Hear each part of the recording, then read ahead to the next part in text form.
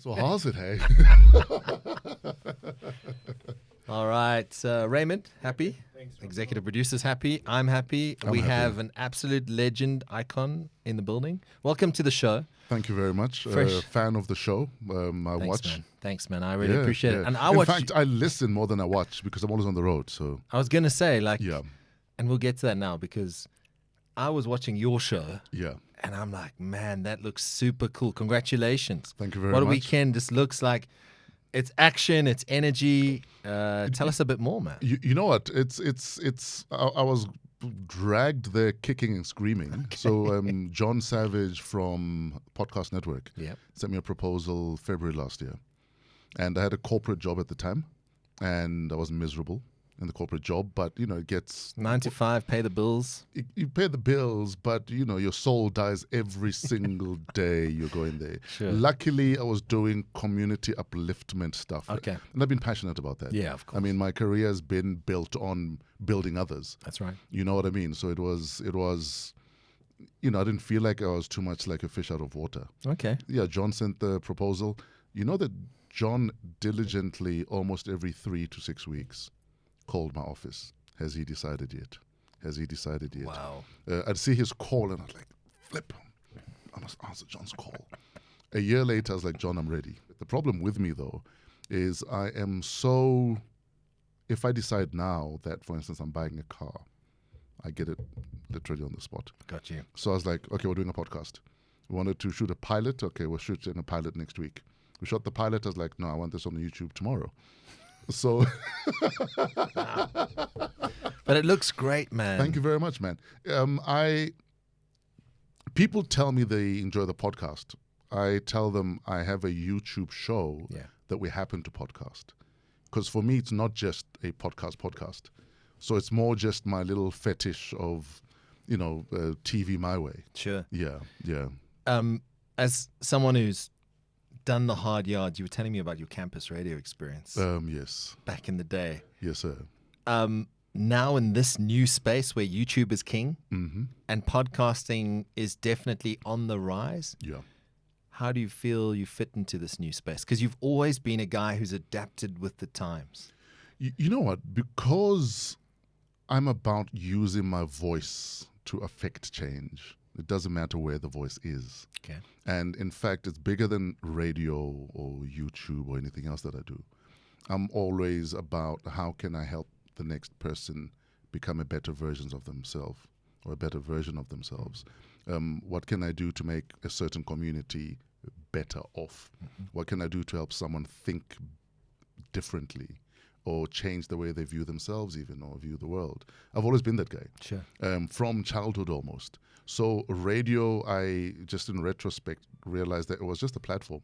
Yeah. That, you know, whether you believe in God or the guardian angels or the ancestors, that's the platform I was given on that journey. And then TV became another platform on that journey. DJing became a platform on that journey. Because even with DJing, until someone has come to you and told you how the one song you played during your set was the difference between them ending it that day, you don't realize the power you wield. Yeah. Even just as a guy jockeying between records. You know what I mean? So radio was part of the journey I am on to hopefully become a better person, but make the world a better place. I know it sounds all kumbaya-ish, but I am genuinely about that, though. Got you. That if I can't, like a lot of the things I choose to do, if they don't tick certain boxes, I might not do them. And some of those boxes include, will it make a difference in someone's life? If it will, I will do it. So, yeah. You speak about those platforms, and Yeah. you've had incredible platforms. The Yes, Y, sir. the 5, Metro, 947. It's about using that platform, as you said, effectively, but Yes, also sir. at the same time, the team around you. Yeah. And I've been privileged enough Yeah. to be part of incredible teams. Sure. How important is that sort of connection with your team? Because I know you say radio and it is the mic at the end of the day, but it's an instant connection with an audience, and it really is that impact for me that made it so special. I've never worked with anybody that I didn't create magic with, including people that I might have heard.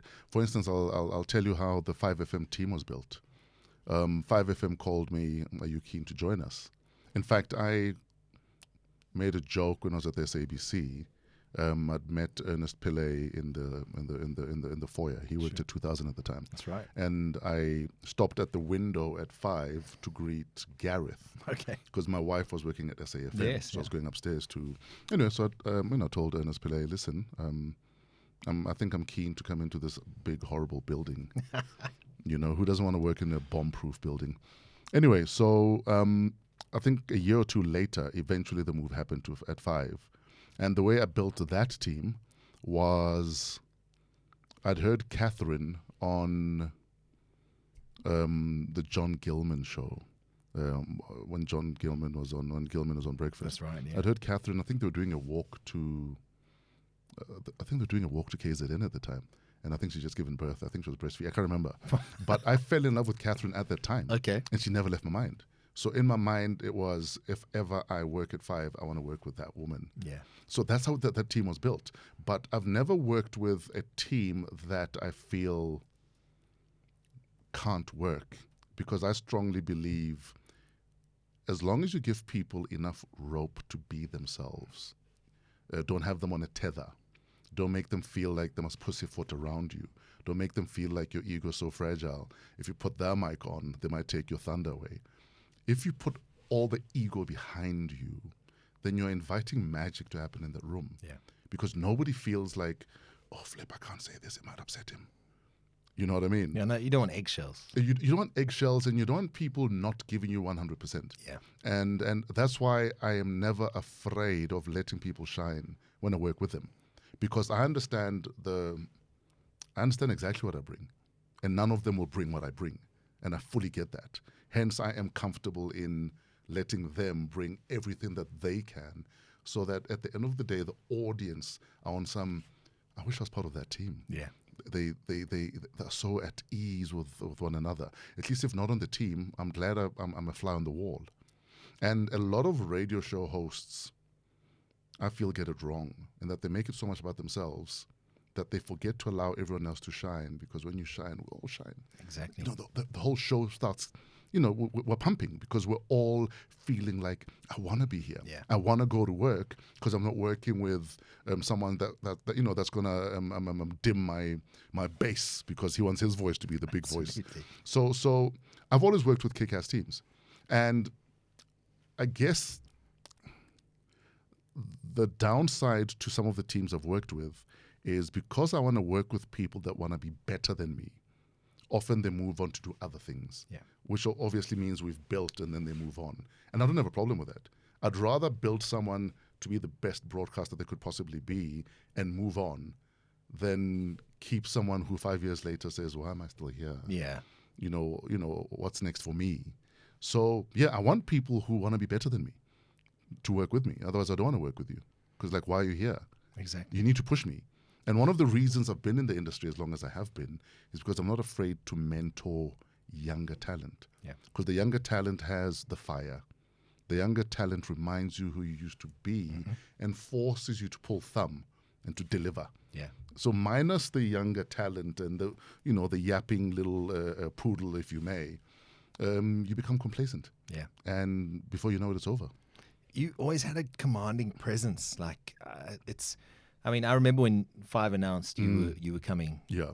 That was a huge coup for them. It was massive at the time. And it was like the whole place started buzzing, man. Yeah.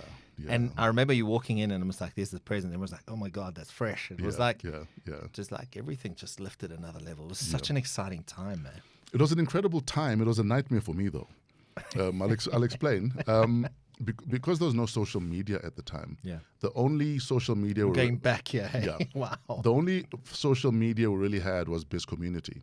Whatever article they put up was where people commented and That's whatever. Right. And I think one of the most commented on articles that year that I moved to 5 was my move to 5. And there was outrage. Especially from white males who felt like, but who is this black oak coming into our space? It must be We want Sasha and Ian. it must be affirmative action. We're turning into a Zimbabwe, So Yeah. I dealt with a lot of that. Sure. And as soon as I entered the building, a lot of it started being directed at me personally. So I still have an email inbox of all the hate mail I got. What? Yeah. And one of the reasons I've kept it is more than half of them sent an email 5, 6, 12 months later apologizing, saying, oh, okay, we had no idea you were coming here to kick ass.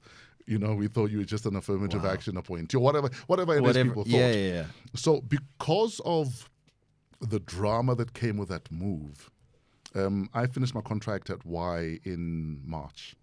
But because my contract at Y ran until end of June, bastards, that's how you keep people there. You make it such that when the radio calendar starts, they're still in contract. That's right. Anyway, so they had to take me off air, but for 3 months I was on gardening leave. Oh, wow. So for 3 months I was at home getting paid. Every single night of those 3 months, I had a dream messing up at 5. Really? Every single night. But you kicked It ass at 5, became such man. a dude. I think 5 FM, the Fresh Drive, some of the best radio I've ever made. Yeah. I had an incredible team. We were driven. I mean, we'd meet every day. By 1 p.m. we're meeting, prepping the show, coming up with skits, lampooning whatever's happening around us, and we became those guys. I mean, I know there's a political science lecturer at Wits who made some of our skits part of his lectures. What? Just about what social commentary is. Fantastic. And how you flip things into skits, lampooning ourselves and life around us. And I often listen to some of the skits we made back then. I don't know how we didn't get fired. I have no idea how we got away with half of the stuff we put out. Is that because you think people looked at you guys as friends around a table? You know what I'm saying? That you often have to break down radio as it's a conversation around a table over a coffee. You know what? I think it was that, but also I don't think at a political level 5FM was taken seriously as a brand. It was treated as the white kids who play and listen to loud music in the corner. Absolutely. You know what I mean? So a lot of the stuff that we did, had we done it on Metro, for instance, would have been a different story. Sure. Because Metro has always been a political animal. It has. But because 5 was treated as that weird kid, with black lipstick and Bit of a goth vibe. goth vibe, emo vibe. I don't think we're taken seriously at a political level. That's probably why we got away with as much as we did. But I'm also glad that we did, because we pushed the envelope at a level that I don't think radio will ever get to do again in this country, because everyone is now sensitive. All of a sudden, we're just sensitive. All of a sudden, we want to cancel everyone. Yeah. All of a sudden, we forget how complex human beings are. That Sias is not black or white. Sias is a complex human being. Yeah. We can't just say, okay, Sias is anti this, therefore we hate him. Yeah. Sias might be anti this, but he might kick ass at something else that we ought to pay attention to. Sure. But, I think social media has bullied the world into taking a side with everything. Absolutely. Yeah. I know in some parts of the world they're trying to outlaw cancel culture. Yeah. And I think that is something that is still this dark stain on everything at the moment. Which brings me to your point there, radio in South Africa right now. As someone who's done radio, and you've earned your stripes, you've earned your credibility, you've earned your awards. Sure. How do you summarize radio in South Africa right now? Because I do agree with you. I think that censorship is very prevalent at the moment. And a lot of it is self-censorship, because you now fear treading in case I upset someone. I feel radio broadcasters have become, radio has always been a giant of a medium, but broadcasters right now feel like these giants that are afraid to walk in case they hurt the ants. And the ants are and the ants are on some, just give us good radio, but we're like, I don't want to hurt you, I don't want to. So that's what it feels like. But a lot of it I also blame on lazy management. I listen to radio all the time. I listen to a lot of radio stations. 90% of the people on the radio right now are not memorable, and they'll never become radio household names. They'll never, simply because they're not only safe, and I'm not saying do dangerous radio. Yeah. I'm not saying be a Howard Stern. Yeah, or- shock jock. You don't yeah. don't have to be a shock jock, but also put in a bit of an effort, man. Sure. And I think one of the reasons a lot of us have remained memorable is because we were doing radio before the internet was a big deal. So we were forced to create a radio show. You tuned in because you knew, the so-called theater of the mind is going to blow your mind. You knew that I'm tuning in because I've got all the music they're playing. I'm not here for the music. Yeah, exactly. I mean, the kids are listening to music 6 months before radio plays them. Absolutely. So make no mistake, they're not there for your music. Our music sucks on radio. But if your mind is such that it'll have someone think about how I didn't think of it that way, then you're going to have an audience for life. You're going to have a fan for life. I was chatting with Robert Marawa the other day about how if you ask ChatGPT, most influential radio personalities in South Africa, the top 10 has 5 people that are not on radio anymore.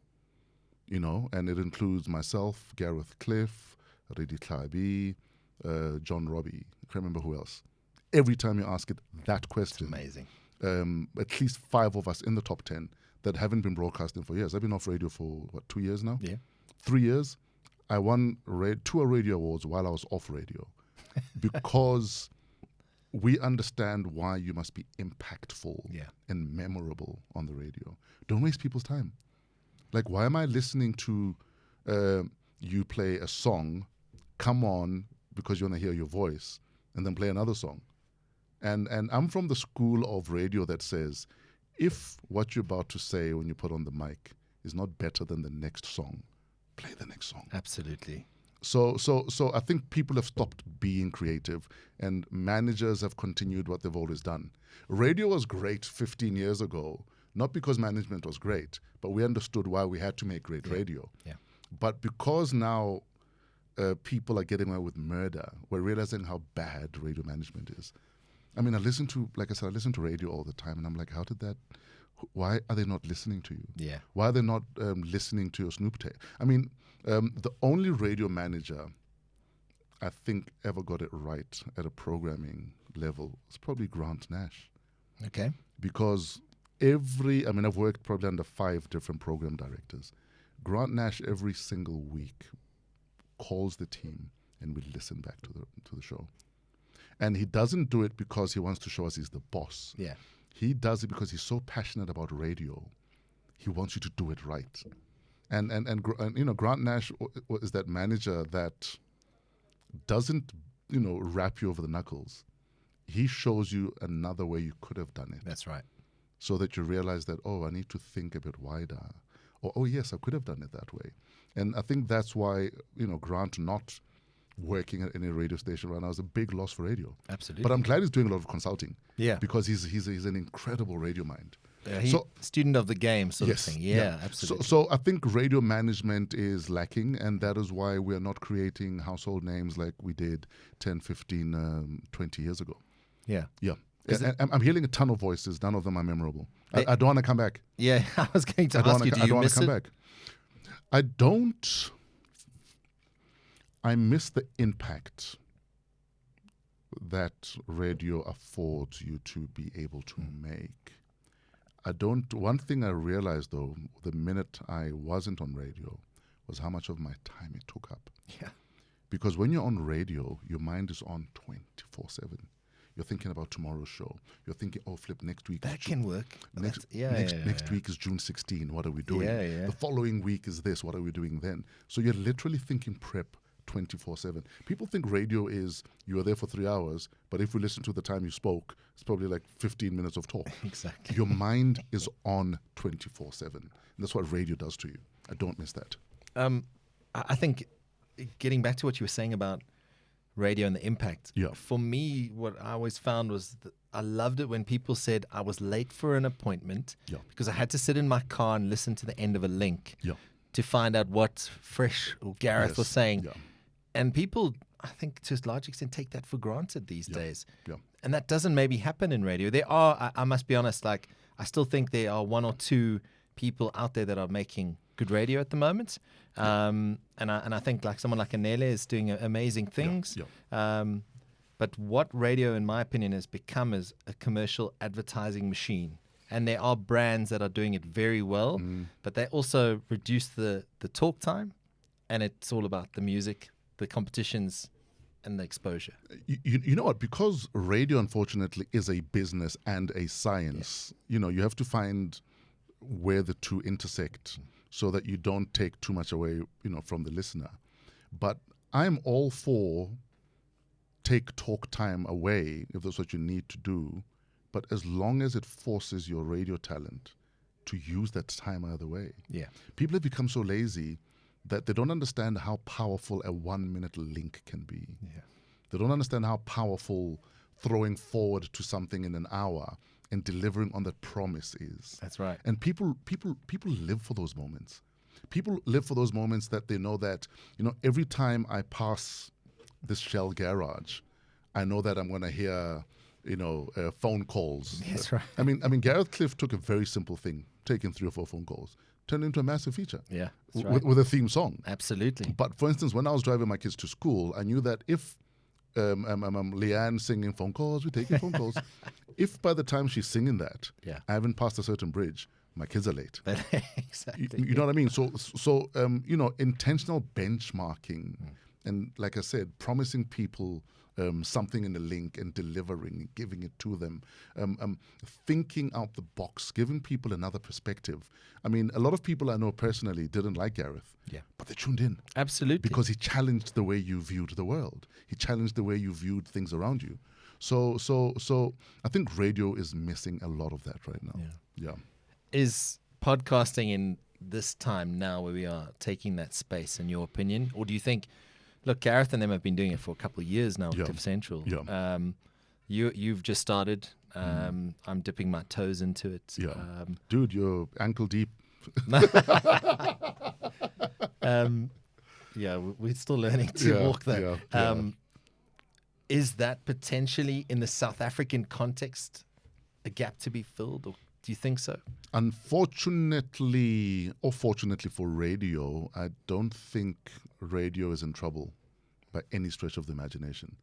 And I mean, we thought the same when MTV, at the advent of MTV, that radio is in trouble. Yeah.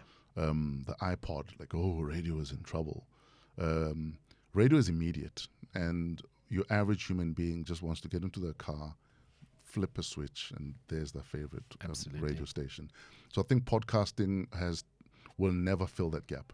Podcasting will never fill the immediacy of radio convenience.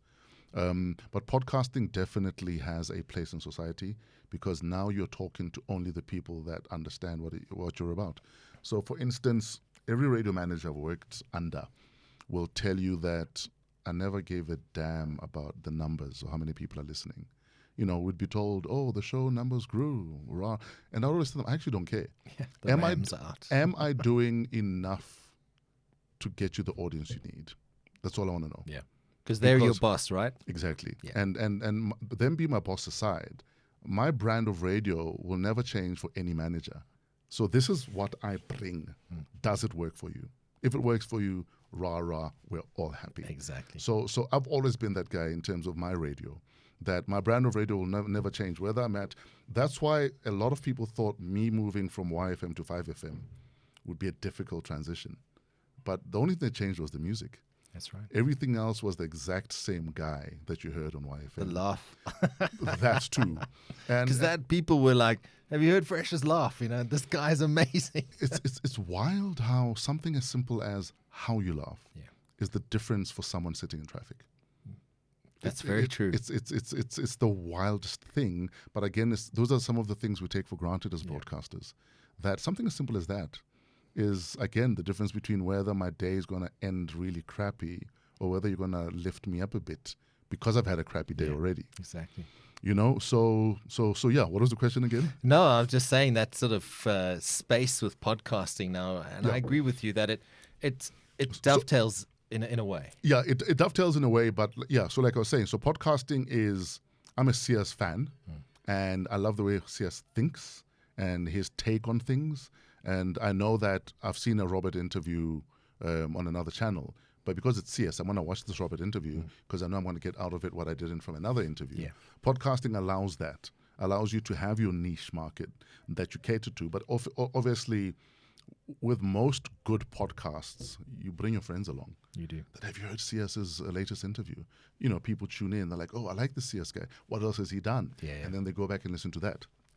So I think there's, excuse me. So I think there's an opportunity there in terms of what podcasting can offer. Yeah. But I don't think radio is in trouble.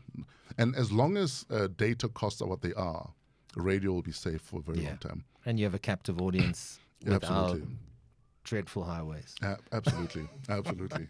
Fresh, I've got to ask you, like, in terms of the music space that you're at the moment, DJing is obviously such a huge, and creating music and that sort of thing. What excites you at the moment? What sort of puts that fire in your belly in terms of music at the moment in South Africa? You know, what I'm enjoying, especially not being on radio, is how much time I now have for studio. So we set up a studio with a friend of mine, Shona SA, and we are literally in studio every day. That's so cool. Just making music. Obviously, he more than me, because I've got other things that I'm doing, and then I'm gigging, then I've got a project in Botswana that I'm working on, and raising 5 kids at the same time. So, you know, so my hands are full. Yeah, that diary's busy. Yeah. But having said that, like I was saying, just the ability to create music is something I couldn't do when I was on radio, because I was spending so much time on the radio. I couldn't do the gigs I want to do because I was spending so much time on the radio. I mean, I did a lot of gigs, especially in Europe in the early 2000s, but I'd have to take time off radio. And when there started being some sort of momentum, I realized that for me to do this properly, I'd need to quit radio. But I wasn't willing to quit radio. And a part of me wishes I'd stepped out like a bit earlier to explore all these other things that I can now do, because, you know, God knows which direction my life could have taken. But I've zero regrets about it. But like I said, studio time lights my fire right now. Raising kids, it's an extreme sport. Don't try it. Don't try it at home, kids. What else? Searching for new talent. I'm still that guy that wants to hear the new voice, the new DJ, that wants to put them on where I can, that wants to promote them where I can. Because I'm a sucker for making someone else's life change for the better. Good for you, man. I'm that guy, like I said. So yeah. So people still, like, I remember, I'd never forget, I think I was filling in at some point, and there were guys standing outside the 5FM studios with CDs giving you samples of what they were up to. And sometimes there was like 10 or 12 people, even more. Is that still happening for you? It's obviously easier now. And I'll tell you why that was happening, because they understood that I have an open door policy, that I'm able to assist. I'm able to, I mean, I look back at careers that I helped take to the heights at which they got to. You know, whether it's someone like Euphonic or Cleo or DJ Spoo or Kent, Dino Bravo. Household names, man. I could list easily 500 to 1,000 DJs and artists and musicians, singers that I have assisted one way or another, and often they came to me because they knew I would not have a problem being that guy. I got you. And also because they understood that I'm not threatened by that talent. I'm not threatened by how good they are. You'll never be me, but by all means, I'm not going to give up an opportunity or pass up an opportunity to help you be a better you. Absolutely. You know, so I have zero regrets about how many people I've put on, how much time I've taken to help build other people's lives, other people's careers. I've put over 2,000 kids through varsity. That's amazing. Through my foundation. And again, it's part of who I am. It's part of my journey. It's part of my legacy. And you know, there's the proverbial, on your deathbed as your life is flashing in front of you, what are you going to see? I'm going to see a fresh economy that I've created. I'm going to see an economy of people that have become taxpayers, often at a very high level. And I had a hand in that. Yeah. For me, if your legacy is nowhere near how many lives you've affected, is there a legacy? No. You know, so that's that's who I am. So I still get people at gigs giving That's me. amazing. Now it's memory sticks, or what's your email address? May I send you something? Or it's a DM. Yeah. But I am listening to about 200 new songs a week. Oh, wow. About 200 new songs a week. And talent-wise, what have you made of it? Should we be excited about this talent? There's a ton of talent, especially house music producers. We have some of the best in the world, and a lot of them are starting to be heard by the world, which is for me, it's long overdue. Yeah. But there's a ton of talent, bro. That's great. I mean, I do a mixtape of brand new music every week, and I only fit about 20 songs per mix, but I'm getting 100 a week. That's crazy. 100 a week. And the gigs, I mean, are you still like, I've never been in your position, Yeah. but I understand and can respect. Yeah. You play a tune, however many thousand people Mm-hmm. in the venue, wherever it is, Mm-hmm. suddenly go to that next level. Yeah. That connection is real. Sure. Listen, it's an incredible high that I don't again take for granted. I mean, I'm still gigging more than, I mean, the Durban July is coming up.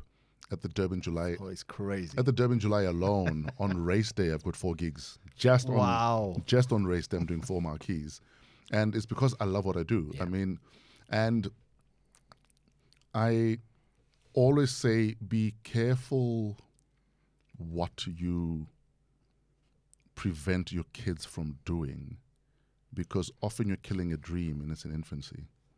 So, for instance, I look back at my DJ career. From about grade 1, my parents allowed me to collect music. I wanted music. I'd literally say, I want a record, and they'd get me the record. You know what I mean? I'd ask for cassette tapes so I could record music on the radio, or I could transfer music from vinyl to cassette. Yeah. I mean, I remember in grade 3, it was the last day of the second term, and Mrs. Jones, our grade 3 teacher, on the last day we were allowed to, either read books or play with Lego, or whatever it is you're doing, or read your favorite book, and she'd play music in the background. And I remember coming up to Mrs. Jones and asking her if I could play some of my music. This is in grade 3. That's amazing. And I remember I played my music. And as my, so each song that plays next on a cassette that I compiled, I'd look around to see how these other kids are responding. I think the DJ career was probably born then. Absolutely. But it's only in retrospect that you realize what it was. Yeah. So still in primary school, I'd always invite my friends to come over, and I'd play them my records. That's cool. You know what I mean? Yeah. And so by the time I got to high school, I was known as the kid with all the cassette tapes. This was at the time it was Form 1, which was, grade 7? Yeah, yeah. Is it grade 7 now? Or grade 8? Grade 8. Grade 8. Yeah. Grade 8. Or standard 6. Standard or the old 6, standard 6, yeah. yes. So by the time I got to boarding school, I was known as the kid with all the music. Okay. So by standard 7 was a grade 9, right? Yeah, that's right. Or grade 8. No, grade 9. Grade 9. There was an opportunity for me to DJ at a school social, or school disco as it was called. And I took it with both. I didn't even blink. I knew I had the music. That was it. I didn't blink. So some of my fondest memories of specific songs from my high school years are linked to memories of responses from the crowd in that hall at school as kids were losing their minds. Awesome. You know what I mean? That's cool. I mean, I remember the one school disco, because I went to an international school, so we had kids from all over the world. So the school discos, literally, in my DJing, I'd be playing, I'd go from Bon Jovi to Brenda Fassie to U2 to LL Cool J. I mean, we're literally playing music like across the board. Yeah. And some of my fondest memories and realizing the power of the tune were built in that disco hall in high school. That's amazing. And that's when I realized that I think I like this. I think I love this, in fact. I could do this. Exactly. So by the time I was done with my matric, there was kind of buzz about this kid with music, blah, blah, blah, blah. And I got my first gig, my first paying gig, for $50. The Easter weekend after I finished my matric. I got my first gift, $50. It's the greatest thing ever. I'm getting paid to do what I love. And what did I do with the $50? I reinvested it in more cassettes so I could record more music. You see, exactly. So as this is building, I'm realizing that I'm building a career here. Yeah. And a year later, out of high school, I auditioned for a radio gig, which I also get. But looking back, I realized that it was written, I believe, Yeah.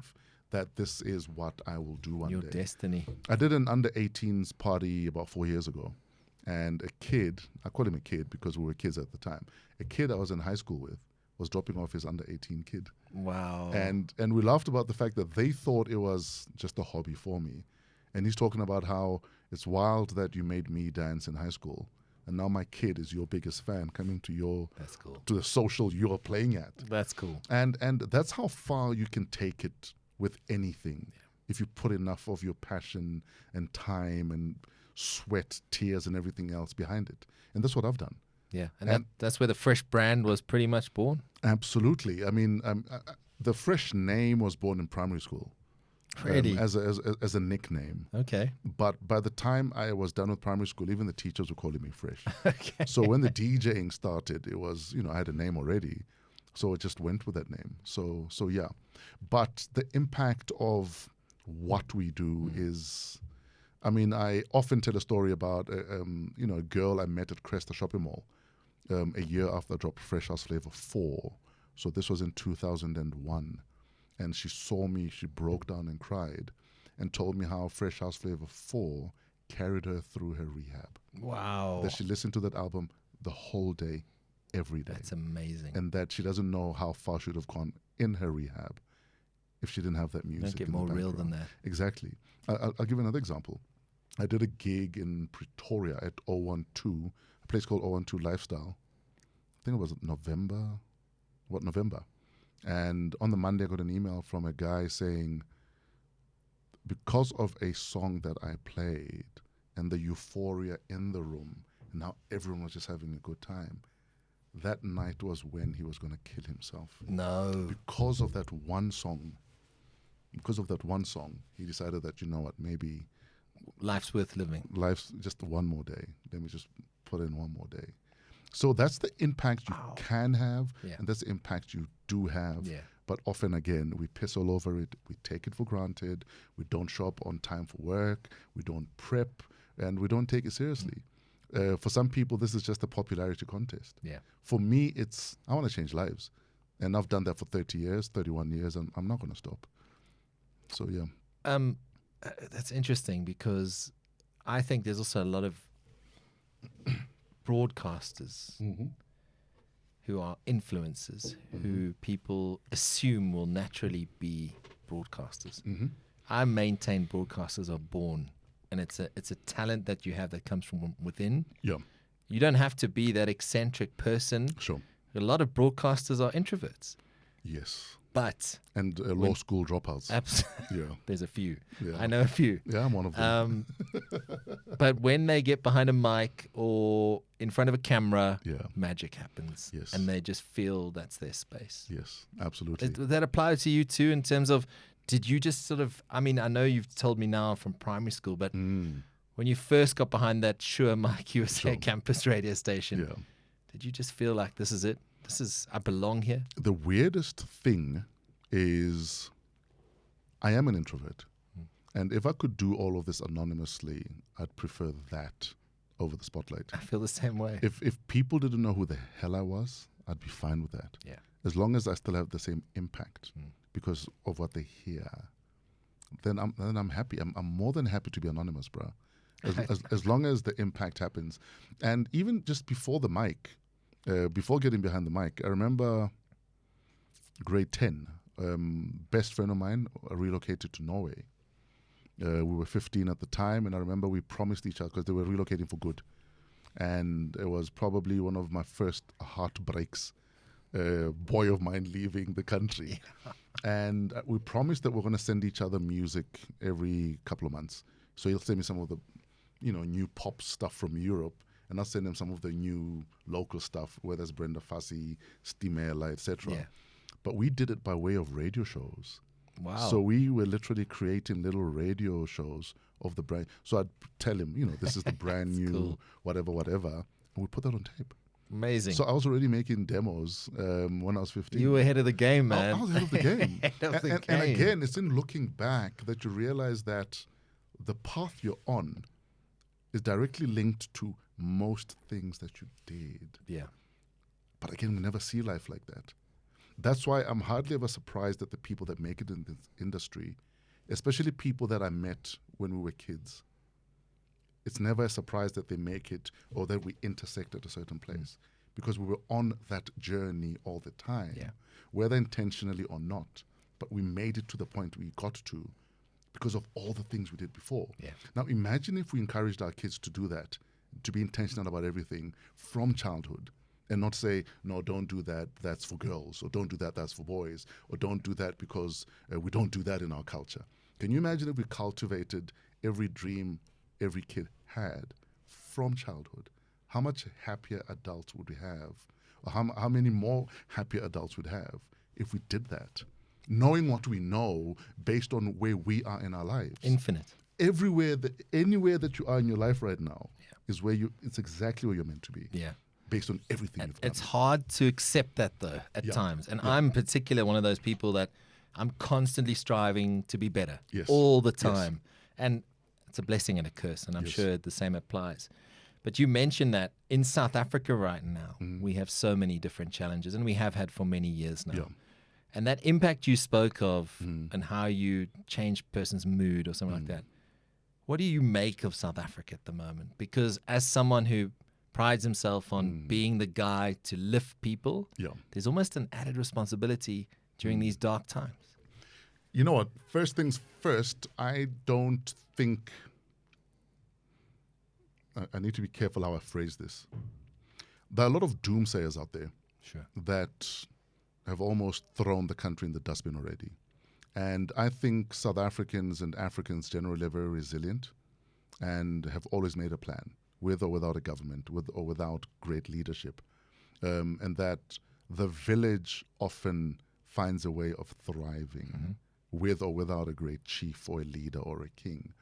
So I'm not panicked about where the country is right now. So the load shedding, the rand. You know what? I think we deserve better leaders. Okay.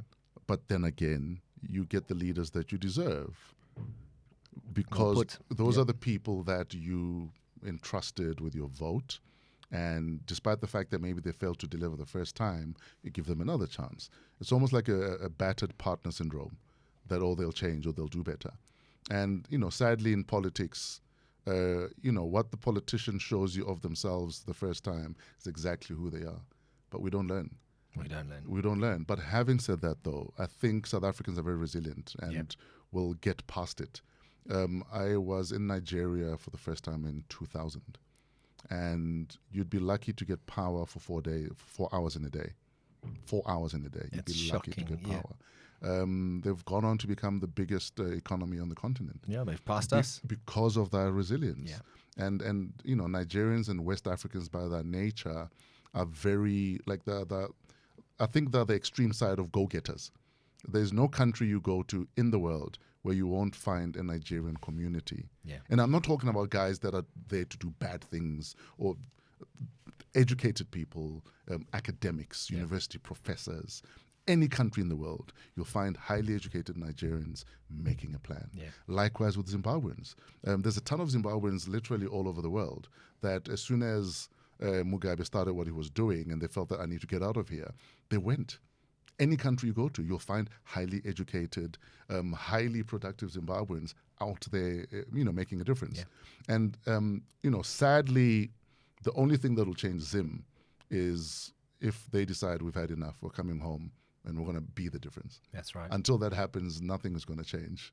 You know what I mean? And unfortunately, the world can only support you to this point. Yeah.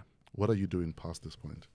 And I think the resilience and the we will make shit happenness about South Africans is what got South Africans to 1994. Yeah. Because the world said we're behind you, but you also need to run the race yourselves. Yeah.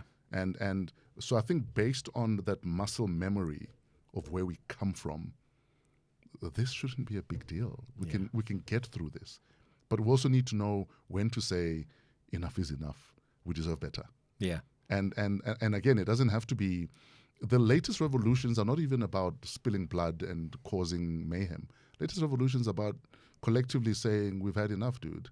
We want someone else now. Yeah. And other African countries have proven that you can have regime change peacefully. I mean, it's sad what's happening in Senegal, given that, a term or two ago, they had a peaceful transition. Yeah. Zambia have had peaceful transitions for the last 15 years. Zambians don't take cuck.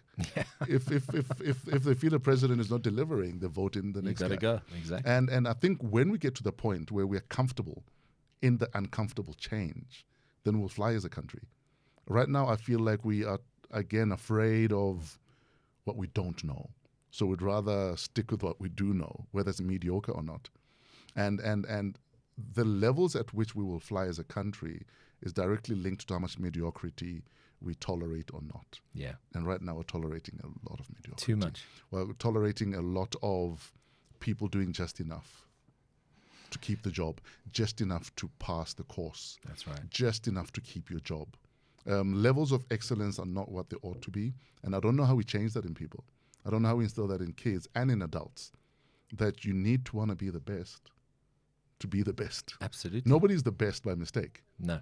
There's a saying, nothing great on the planet was created by mistake. Okay, maybe dried meat and toast, because maybe they fell on a fire. It's like, oh, this tastes different, but it's nice. We'll take it. We'll take it. But everything great happened intentionally. Yes. And until we internalize that as a nation, we'll continue getting mediocre leaders. We'll continue doing mediocre things. We'll continue giving mediocre service when you're serving someone at the till or at a restaurant or whatever it is. I agree with you. And that mindset change has to, like, we go to a restaurant and we'll often sit and we'll work on something with a coffee or whatever. Yeah. And it's almost this expectation of 10%. And that's where your point is. It's the service can be absolutely rubbish, but the waiter still wants 10%. Yeah. And it's not how it works. It should be that I want to give you the 10% because you've exceeded my expectations. But whose responsibility is it then to instill that in everyone, that you have to want to be the best? It's a collective thing. And again, it's something I preach all the time, that unless you want to be the best at what you do, regardless of whether it's in a job you hate or not, you'll only ever fly so high. Yeah. And it goes back again to what I'm saying. Where you are in life, more often than not, you have earned. Yeah. More often than not. You're right. Obviously, other people have circumstances that they have to deal with. But more often than not, how much work you've put into something will show. That's right. With where you are in your life. That's right. At that moment in time. It has a way of separating the wheat from the chaff, as they say. Absolutely. And why can't we all be wheat?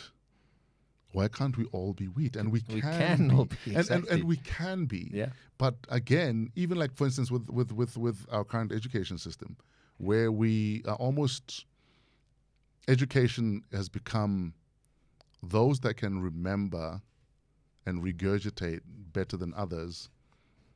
They pass. Are our favorites. Yeah, exactly. We don't care the level of understanding, the level of comprehension, the level of critical thinking that went into the answer that you gave. In fact, you're not a critical thinker. Good, we like you. Yeah. It's almost like everything is being dumbed down. Cookie cutter. Yes, Yeah. the electorate is being dumbed down. Why are we not teaching kids critical thinking, in school? Why are kids not being taught project management as a non-negotiable? Can you imagine if we taught project management as a course? Oh, man. From primary school, because your entire life is a project. Absolutely. Your school projects are projects. Yeah. You know what Your I mean? day is a project. Your day is a project. Yeah. But what do? We don't teach project management as a non-negotiable. How does that make sense? Yeah. Why are we not teaching our kids to encouraging them to be critical thinkers? I mean, for my own sins, we have tried to encourage our kids to be critical thinkers. Obviously, it comes back and bites you. Absolutely. Because then they backchat. But Dad, yeah. Exactly. But I'd rather my child is not afraid to call me out, so that when they go out into the world, they have that as a baseline, that I will call something out if I feel it's not right. You're right. I will call something out if I feel that, no, but I deserve better. Or you didn't speak to me in a way that I feel is appropriate. Your kids should be able to do that with you. Yeah. If they can't do it with you as a parent, where should they do it? Where are they going to learn it? Yeah, exactly. How they're going to survive in the world if even at home you're muzzled? If the man or woman I love as my parent doesn't allow me to express myself, how is a stranger going to allow me to express myself? Exactly. You know, so I think as parents, we have a massive responsibility. Yeah. And unfortunately, we almost expect the schools to parent for us. Yeah. We expect the kids to be taught by the teachers, whether it's about sex or about homosexuality or about religion or about this. The difficult topics. The difficult topics Absolutely. that parenting, those should be the cornerstones of your Yeah. parenting. Yeah. You know, teaching your kids how to live in the world that we're in, so that when they go out there, they're ready for the world. Yeah. You know, it's wild how I even look at some of the women that I grew up with as girls, that the fire they had when we were in primary school is not the same in their womanhood. Yeah. It's almost like, especially with girl children, it's almost like whack-a-mole, that every time the head comes up, like, no, shut up. Yeah. In the corner. Exactly. Yeah. And if we'd allowed that loud kid to continue being loud but measured, they'd be a totally different adult. So a lot of adults out there are kids that were thriving that have now become adults that have settled. That again are mediocre, but it's okay. Yeah. At least I have a house. Yeah, I'm comfortable. At least I have a meal. Yeah. At least I have that. So I'm all for, let's change the way we're doing things. Let's change the way we're thinking. Yeah. Let's not be afraid Yeah. of the change. Change is good. Change can be good. Yeah. DJ Fresh, we're going to have to leave it there. We could speak for hours. No, man. I We're love the done. passion. We're done, man. Jeez. My theory is I want to try and keep it sort of 45 minutes. Okay. Because that's most people's commute. Oh, yes. So that's yes, kind yes, of yes. the thinking. But What still... what about the guy going to Witbank? No, well, then he's going to have to listen to another episode. It's been an absolute honor and privilege. And Thank as you I so say, much, I'm a brother, huge fan. And you keep up the amazing work and changing lives, because we need more people like you in South Africa. Thank you so much, brother, man. Appreciate that. Shout Nice out one. to you. Thanks for Shout coming out on. to you.